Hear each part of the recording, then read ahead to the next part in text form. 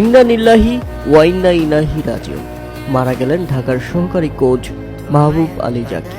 হ্যাঁ দর্শক, মাঠে গড়িয়েছে বিপিএল ঢাকার প্রথম ম্যাচ, আর এদিকে না ফেরার দেশে বাড়ি জমালেন ঢাকা ক্যাপিটালসের এই কোচ। এই তো কিছুক্ষণ আগে মাঠে ছিলেন তিনি, এই তো কিছুক্ষণ আগে হাসপাতালে নেওয়া হলো তাকে, আর অথচ এখন তিনি আর আমাদের মাঝে নেই।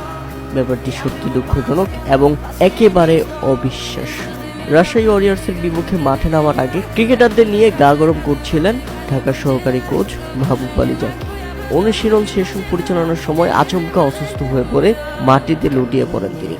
তাৎক্ষণিকভাবে তাকে সিপিআর দেওয়া হয় এবং অ্যাম্বুলেন্সে করে হাসপাতালে নিয়ে যাওয়া হয়। মাহবুব আলী জাকি হার্ট অ্যাটাক করেছেন বলে নিশ্চিত করেন ঢাকা ক্যাপিটালসের এক সূত্র। আর এখন বর্তমানে হাসপাতাল থেকে জানা যায় তিনি মারা গেছেন। ইন্না লিল্লাহি ওয়া ইন্না ইলাইহি রাজিউন।